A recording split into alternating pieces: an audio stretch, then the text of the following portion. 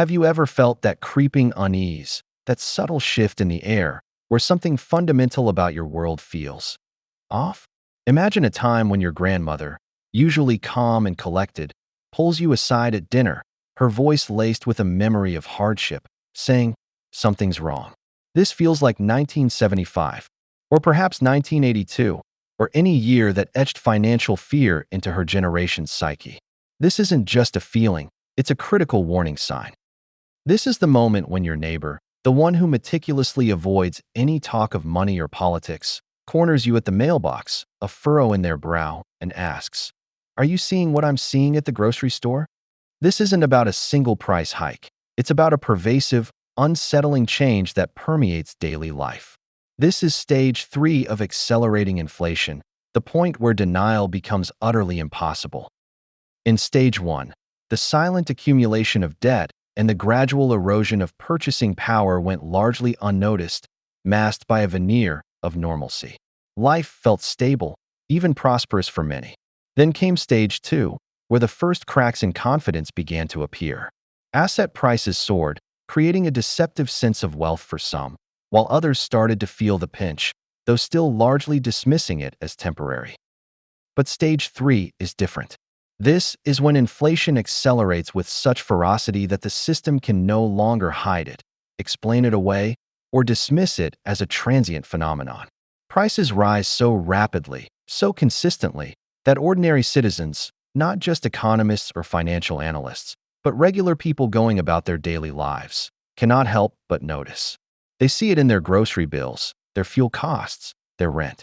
And when citizens begin to notice, they start to change their behavior. They stop trusting the currency.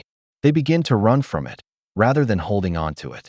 This behavioral shift, driven by a primal instinct for self-preservation, transforms the acceleration of inflation into a self-fulfilling prophecy, creating a dangerous feedback loop that is incredibly difficult to break. Stage 3 is often described as the point of no return. This isn't to say that collapse is guaranteed. History shows us rare instances where nations have pulled back from the brink. However, once a society reaches stage 3, reversing course demands radical, often excruciatingly painful actions. The political will required for such measures is almost always absent, making the path forward fraught with peril. For investors, this stage represents a profound shift in risk assessment. Traditional investment strategies designed for stable environments can become liabilities overnight.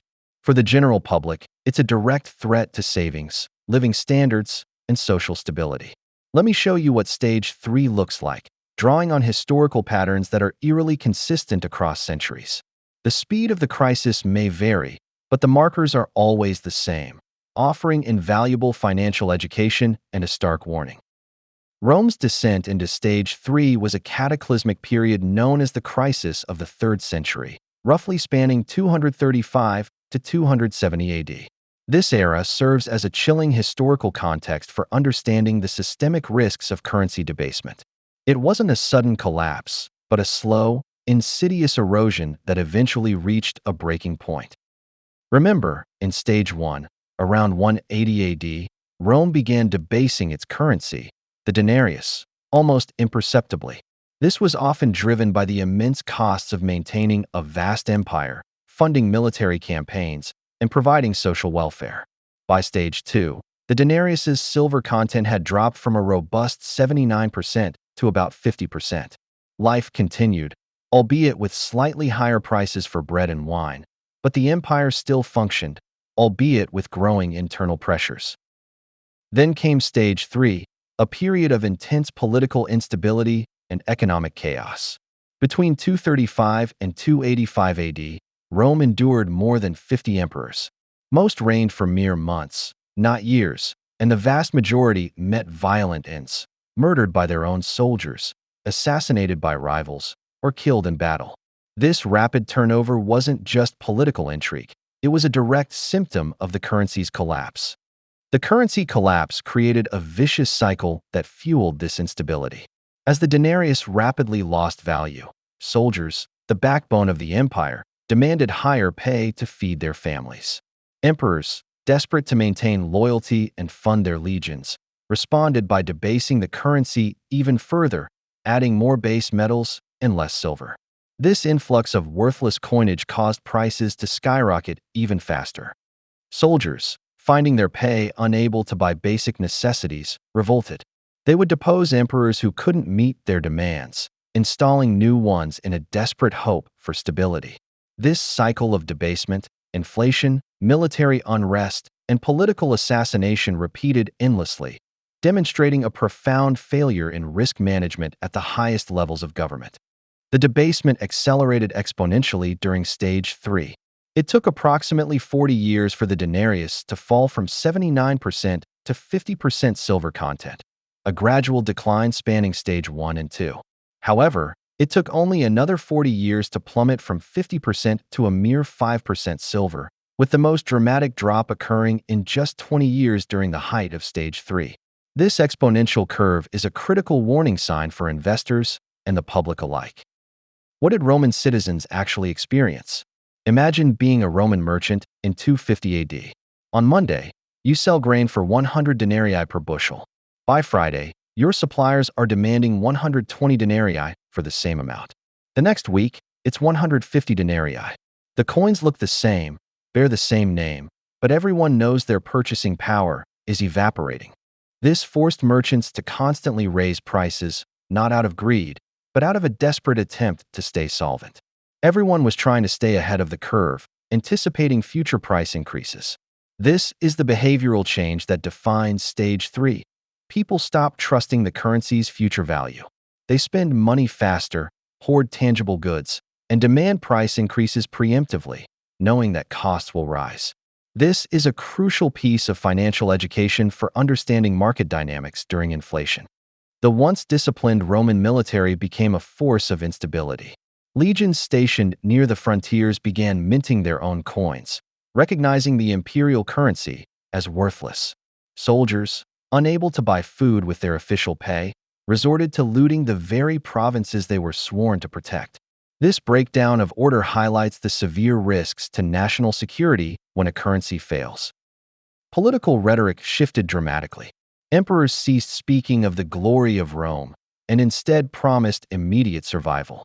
The traditional bread and circuses evolved from entertainment into a desperate measure to prevent widespread rioting and maintain a semblance of control. This signals a government losing its grip on reality and resorting to short-term appeasement. The empire itself fractured. Provinces, no longer trusting the central government's ability to provide stability or a reliable currency, broke away. In 260 AD, Gaul, Britain, and Spain formed the Gallic Empire, while the eastern provinces established the Palmyrene Empire. Local strongmen offered a stability that Rome, crippled by its monetary crisis, could no longer provide. This is Stage 3, when the center cannot hold because the currency can no longer hold its value, leading to geopolitical fragmentation and immense risk. Weimar Germany provides perhaps the clearest and most thoroughly documented example of Stage 3 hyperinflation in modern history. It offers a stark historical context for the general public and investors alike, illustrating the devastating speed and impact of a currency collapse. In January 1921, Germany was in Stage 2. Prices were rising, and the mark had already lost about 90% of its pre-war value, largely due to war reparations and excessive money printing. Yet, society still functioned. You could still enjoy a coffee at a cafe and pay a reasonable price. The underlying risks were present, but the acceleration had not yet reached its critical phase. By January 1923, just 2 years later, that normalcy had vanished. The price of a loaf of bread, for instance, skyrocketed from 0.90 marks in January 1921 to 200 billion marks by November 1923. This exponential increase is a terrifying illustration of how quickly value can evaporate. Let me make this real for you, offering a vital piece of financial education. In 1921, a German worker earned about 50 marks a day, enough to buy a loaf of bread for under 1 mark and a decent meal for 5 marks. Savings held real value. By mid-1922, that same worker might earn 500 marks a day, but bread now cost 4 marks, and restaurant meals 50 marks. Wages were rising, but never fast enough to keep pace with inflation. By January 1923, the situation was so dire that workers were paid twice a day, once in the morning, once at lunch. This wasn't generosity. It was a desperate measure because money lost value so rapidly that morning wages couldn't buy afternoon bread. Wives and children would rush to factory gates at lunchtime, grabbing the money and immediately sprinting to stores to buy anything tangible: food, clothes, coal, before prices changed again. This is a profound warning about the erosion of daily life. The absurdity of the situation became legendary. Children played with stacks of money like building blocks. It became literally cheaper to burn banknotes for warmth than to buy firewood. People wallpapered their homes with currency because the paper itself was less valuable than actual wallpaper. This illustrates the complete breakdown of trust in the monetary system. What was the government's response? They printed faster. The Reichsbank operated 300 printing presses around the clock, supported by 30 paper mills working day and night, simply to produce enough physical currency to represent the collapsing value. Their primary function became printing, not fixing the underlying economic problem. This is a critical risk assessment point. Governments often resort to printing when they lack the political will for painful reforms. Political changes during Stage 3 were equally dramatic. Extremist parties, like the Nazis, a fringe group in 1921, gained massive support and attempted their beer hall putsch in November 1923. Communists also saw a surge in popularity. The political center collapsed because moderate politics seemed irrelevant when bread cost 1,000,000 marks. When money dies, political moderation often dies with it. People demand immediate, radical solutions, not compromises. The military, restricted by the Treaty of Versailles, couldn't expand, but paramilitary groups proliferated. The Freikorps, right-wing militias, battled communist groups in the streets. This highlights a crucial risk. When currency fails, physical force and control over resources become paramount, leading to widespread social unrest and violence. Everyday citizens experienced profound changes. Menus in restaurants changed daily, then hourly. Restaurants stopped printing prices, instead writing them on chalkboards because they would change during a single meal. Stores had empty shelves by afternoon, as merchants stopped restocking, unable to calculate meaningful prices. Why sell inventory today when it would be worth more tomorrow? Barter became common. "I'll trade you 10 eggs for that coat," replaced monetary transactions in many areas.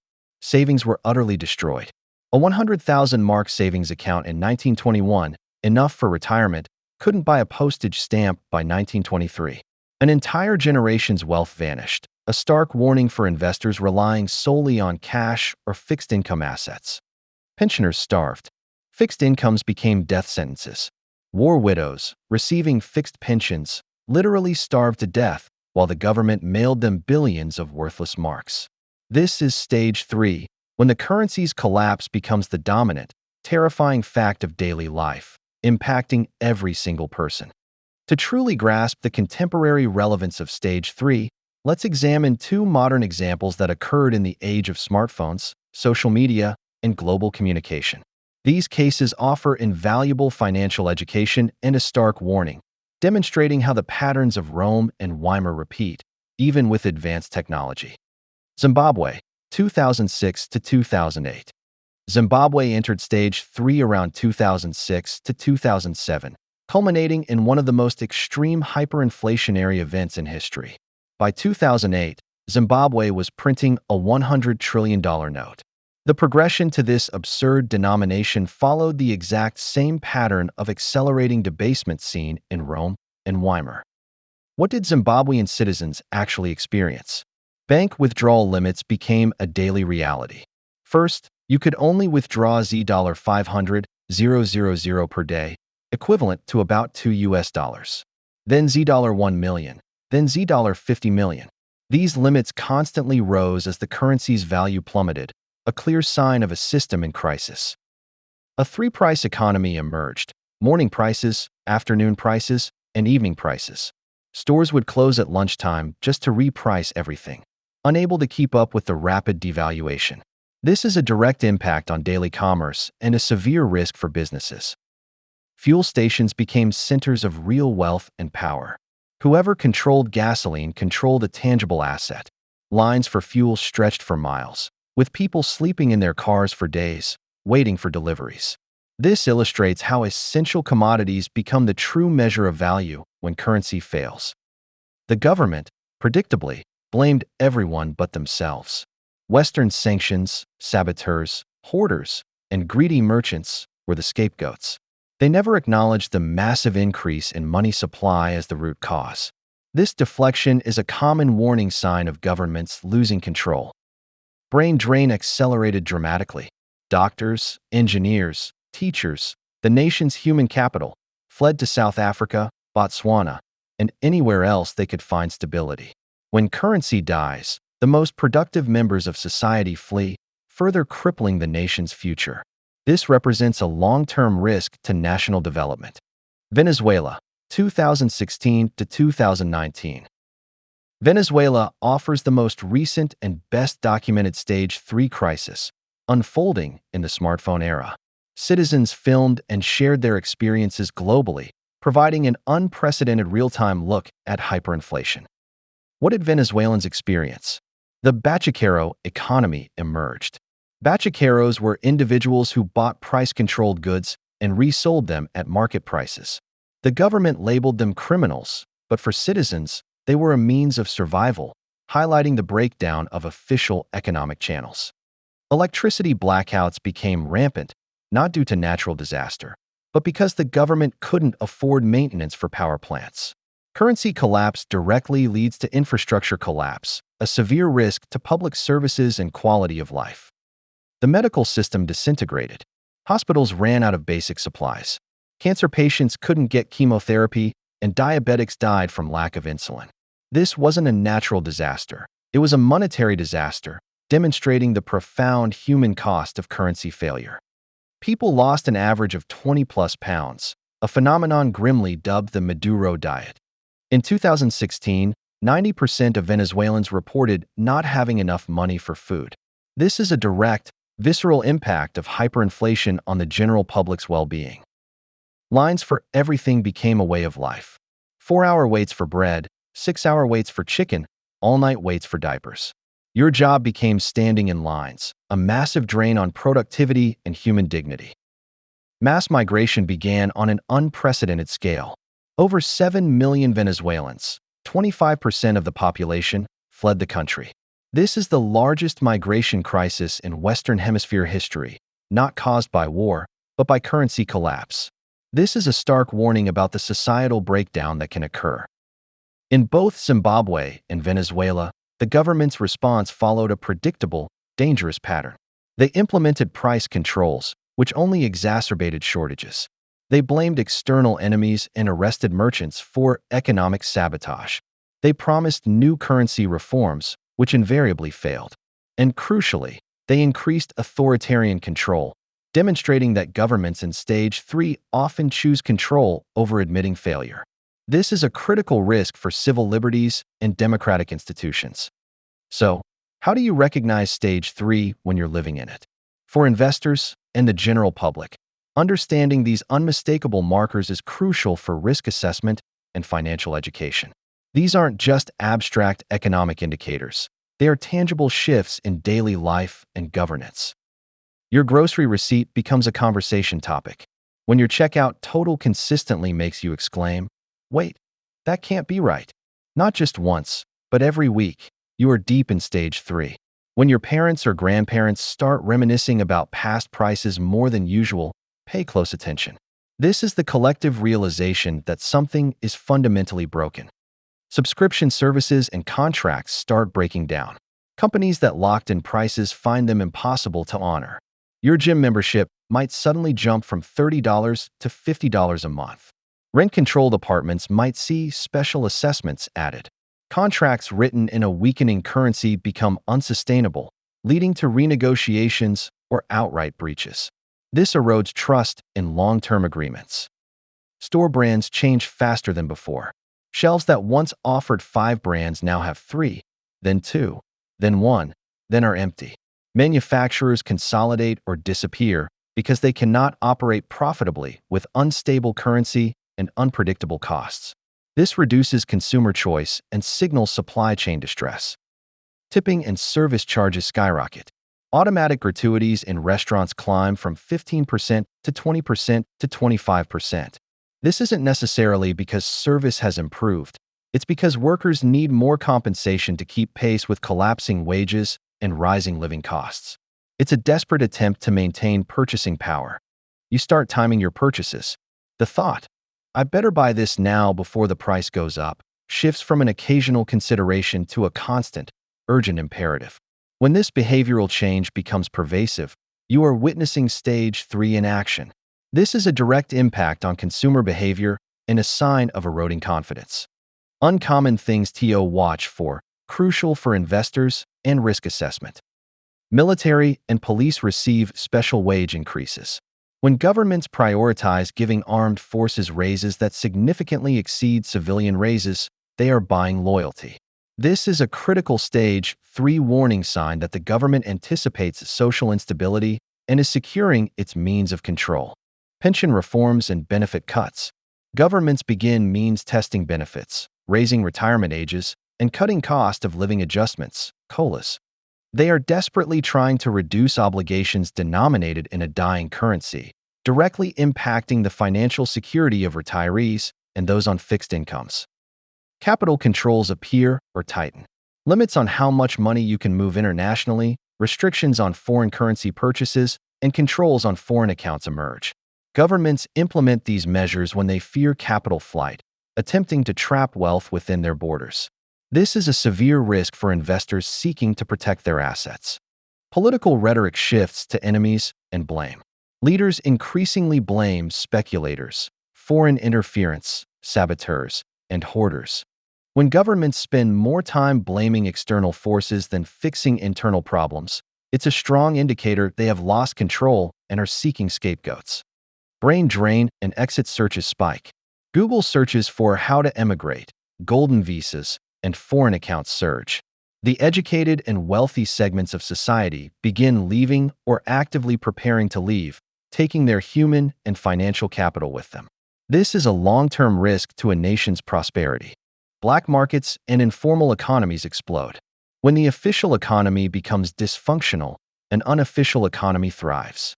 If you start hearing, "I know a guy who can get that," more often, you are witnessing stage 3. This indicates a loss of government control over economic activity. Crime patterns shift. Not just more crime, but different crime. Theft of commodities increases. Copper is stripped from buildings, fuel siphoned from trucks, cargo hijacked. Criminals target real, tangible assets, not increasingly worthless cash. This reflects a fundamental revaluation of what holds value. Military and defense patterns, a severe warning. Recruitment struggles or surges. The military either struggles to recruit because pay is worthless, or recruitment surges because citizens seek the steady food and security that the military might still offer. Veterans' benefits cut. Promises made in stronger currency are broken in weaker currency, eroding trust and morale among those who served.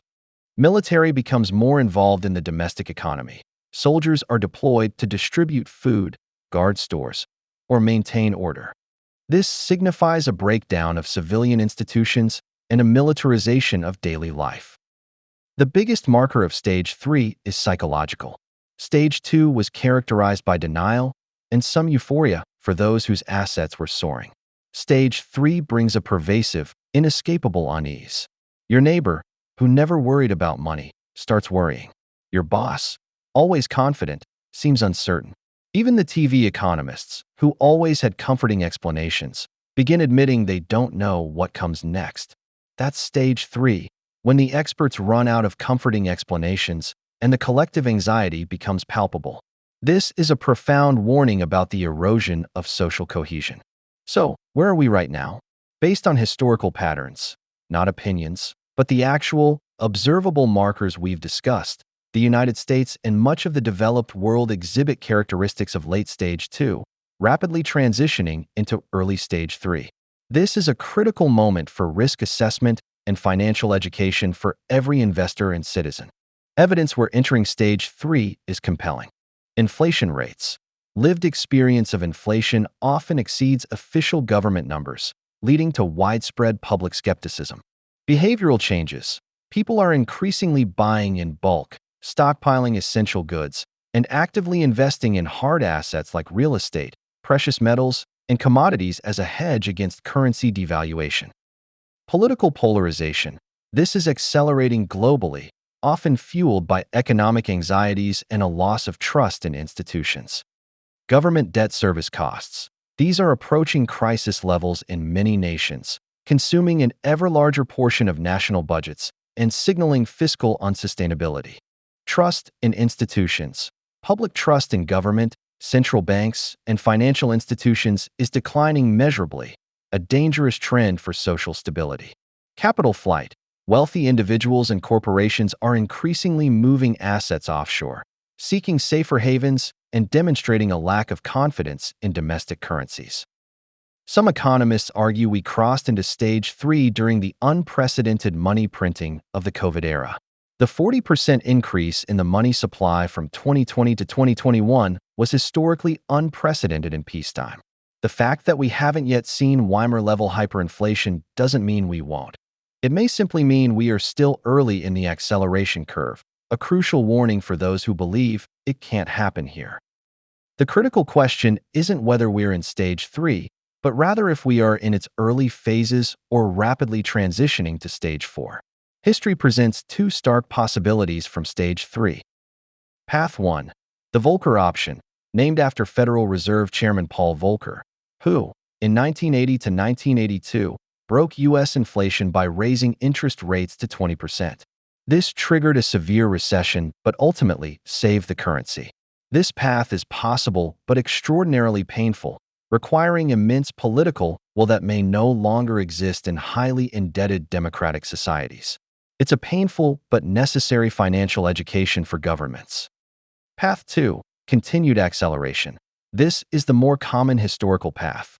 Stage 3 accelerates into stage 4, where governments, desperate to maintain control, take increasingly authoritarian measures that often make the situation worse. This is the path of least resistance, but one fraught with immense risk. Which path are we on? That's precisely what we will explore in the next video. Stage 4. Government desperation.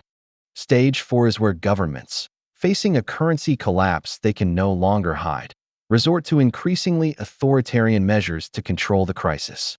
This includes price controls, capital controls, forced currency conversions, and the invocation of emergency powers.